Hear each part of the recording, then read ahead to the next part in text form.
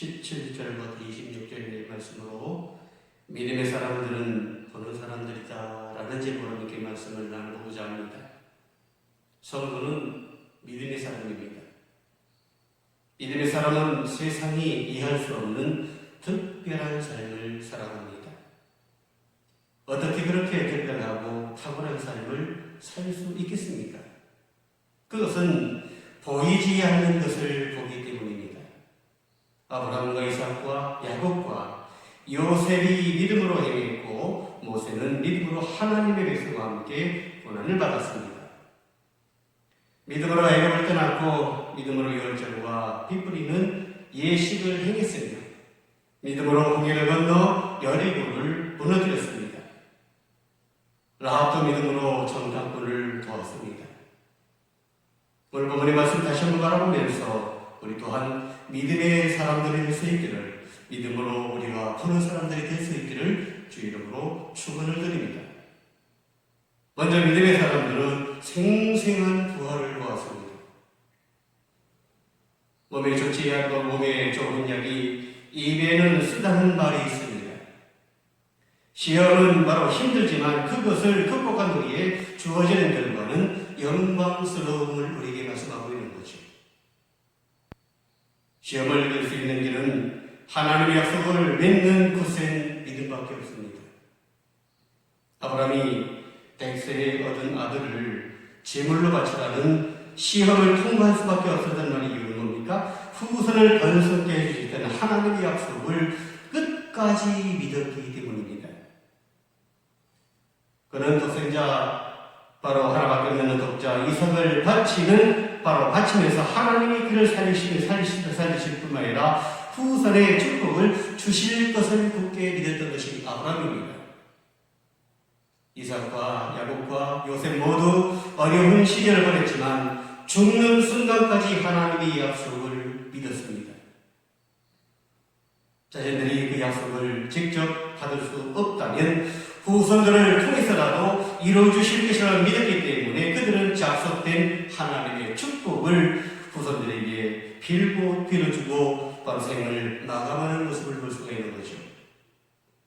믿음의 조상들은 하나님의 약속을 신뢰했습니다. 아브라함은 백세에 얻은 내 아들을 제물로 바치라는 도저히 순종하기 힘든 명령도 하나님의 약속을 믿고 기꺼이 따랐습니다. 이삭은 장남 에서 대신 야곱을 언약의 계승자로 인정했고 야곱은 사사로 사심을 버리고 하나님의 뜻을 따라 12아들을 축복하는 것을 우리는 볼 수가 있죠. 애굽 총리였던 요셉은 임종하면서 장차 이스라엘 자손이 애굽을 바로 떠날 것과 반드시 자신의 뼈를 취해서 나갈 것을 유언을 했습니다. 언약 안에서 언약과 더불어 언약을 위해 살 때에 하나님의 나라를 유업으로 얻는 것을 우리에게 말씀하고 있는 거죠. 아브라함은 이삭을 바칠 때 그가 죽은 자 가운데에서 살리신 것을 보았습니다. 아브라함만 본 것이 아닙니다. 이삭과 야곱과 요셉 모두 믿음으로 장차 임할 부활을 생생히 보고 자녀들의 바로 축복하고 출보했습니다. 이제 믿음으로 사는 우리도 그들이 보았던 것을 보고 있는 것을 우리에게 말씀하고 있는 거죠. 사실 그들보다 더 분명하게 보았습니다. 왜냐하면 예수 그리스도께서 죽은 자 가운데에서 부활하셨기 때문입니다. 그분은 우리 영광스러운 부활의 첫 열매가 되셨습니다. 이런 소망을 갖고 있기 때문에 우리는 죽음마저도 두려워하지 않습니다. 더 나아가 이미 영적 생명을 누리기에 부활이 눈앞에 있는 것처럼 소망합니다. 어찌 다른 것을 소망하거나 출구할 수 있겠습니까? 오늘 말씀처럼 우리가 생생한 부활을 보는 믿음의 사람들처럼 부활을 믿는 또한 본문의 말씀처럼 예수 그리스도께서 죽은 자 가운데 첫 열매가 되셨던 것처럼 부활의 소망 가운데 살아가는 하나님의 자녀들이 될 수 있기를 주 이름으로 축원합니다.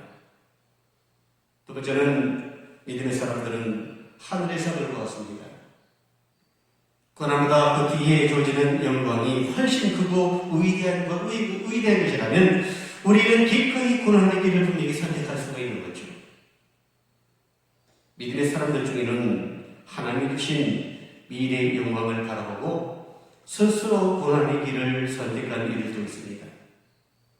모세는 그러한 인물이었습니다. 애굽에서 누릴 수 있었던 모든 부귀와 영광을 누리고 하나님의 백성과 함께 고난을 받는 길을 선택했다라고 말씀을 하고 있어요. 애굽의 왕자라는 신분보다 바로 고난 받더라도 하나님의 백성으로 살아가는 신분이 더 크고 영광스러움을 깨달을 수 있었던 것입니다. 기생과학도 하나님께 순종하기 위해서 위험에 빠질 수밖에 있는 바로 행동을 선택했습니다. 미래의 약속의 하나님의 약속이 하늘들 축복과 영광을 바라보는 사람들은 현실의 요인만을 쫓지 않는 그런 삶을 살아간다는 거죠. 하나님의 뜻을 따라 결정하고 행동하는 사람들이죠. 참된 믿음은 상식과 논리에 제한되지 않습니다. 모세는 애굽의 모든 부와 영광과 권세와 영광스러운 그런 생활을 단호하게 거부하고 하나님의 백성과 함께 고난을 받기를 기뻐하는 모습을 볼 수 있는 거예요. 하나님의 약속을 믿었기에 애굽을 떠나 홍해를 끊을 수 있었고 40년 동안 광야에서 만나를 먹으며 이스라엘 백성을 이끌 수 있었던 것을 우리에게 말씀하고 있습니다. 세상의 영광을 버리고 하나님을 의지할 때 사명을 온전히 수행할 수 있습니다. 모세는 세상의 부귀를 버리고 부귀 영화를 버리고 고난과 수모를 선택한 사람입니다. 더 정확히 말하면 하나님의 백성과 함께 고난을 받기를 더 좋아했다라고 말씀을 하고 있어요. 도대체 모세에게 어떤 일이 일어난 것일까요? 모세는 무엇을 받기에 거대한 제국의 왕실을 포기하고 모진 고난의 삶을 선택할 수밖에 없었을까요? 성경은 상주심을 바라보았기 때문이다 이렇게 말씀을 하고 있어요. 모세는 계산이 분명한 사람이었습니다. 그는 더 좋은 것을 선택하는 것입니다. 이 땅에서 얻을 수 바로 있는 그 어떤 영화보다 하나님이 주시는 상이 말로 닿을 수 없는 크고 좋은 것인 것을 그가 알았기 때문인 거죠. 그래서 왕의 영화도 쉽게 포기할 수 있었던 것입니다. 하늘상을 본 우리는 어떻습니까? 어떤 선택을 하고 있습니까? 주님 당시 모세가 지도자로 바로 활약할 수 있었던 원동력은 무엇일까요? 사명을 위해 현재 우리가 감당해야 할 문제는 무엇입니까? 한번 뒤돌아보면서 하늘의 삶을 우리가 기다리고 있는가? 하늘의 삶을 위해서 우리가 이 땅에서 최선의 믿음의 길을 걸어가고 있는가? 자신을 뒤돌아보는 하나님의 사람들이 될 수 있기를 주의 이름으로 축원을 드립니다. 마지막 세 번째로 본문의 말씀에 믿음의 사람들은 전능하신 하나님을 보았다 이렇게 말씀을 하고 있습니다. 전능하신 하나님. 하나님의 말씀을 붙들면 반드시 승리합니다. 여호수아의 저들은 모세에 비하면 훨씬 약해 보이듯 합니다. 그러나 믿음으로 말씀의 순종의 여리고성을 무너뜨리고 가나안 땅을 정복했습니다. 라합은 기생이지만 이스라엘 전당군을 영접해서 여리고에서 유일하게 생명을 건지고 예수님의 조상이 되는 축복을 받았어요. 믿음으로 놀라운 능력이 기대는 놀라운 능력이 있습니다. 성도들은 때때로 불가능한 것을 꿈꾸며 무모하게 도전합니다.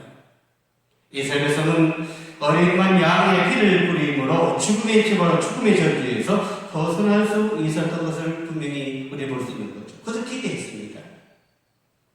거대한 바다를 물지처럼 걷는 것을 시도했으며 견고한 성을 바로 돌면서 무너질 것을 확신했습니다.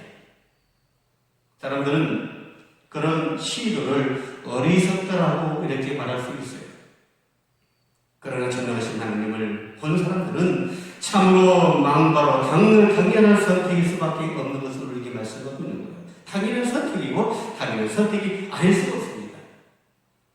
창조주 하나님, 전능하신 하나님은 무엇이든지 할 수 있음과 할 수 있는 분이심을 우리에게 말씀하고 있는 거죠. 하나님은 죄와 사망의 권세를 깨뜨리시고 우리 같은 죄를 구원하실 하나님이십니다. 그 어떤 방해와 장면에도 불구하고 이기시는 분이십니다.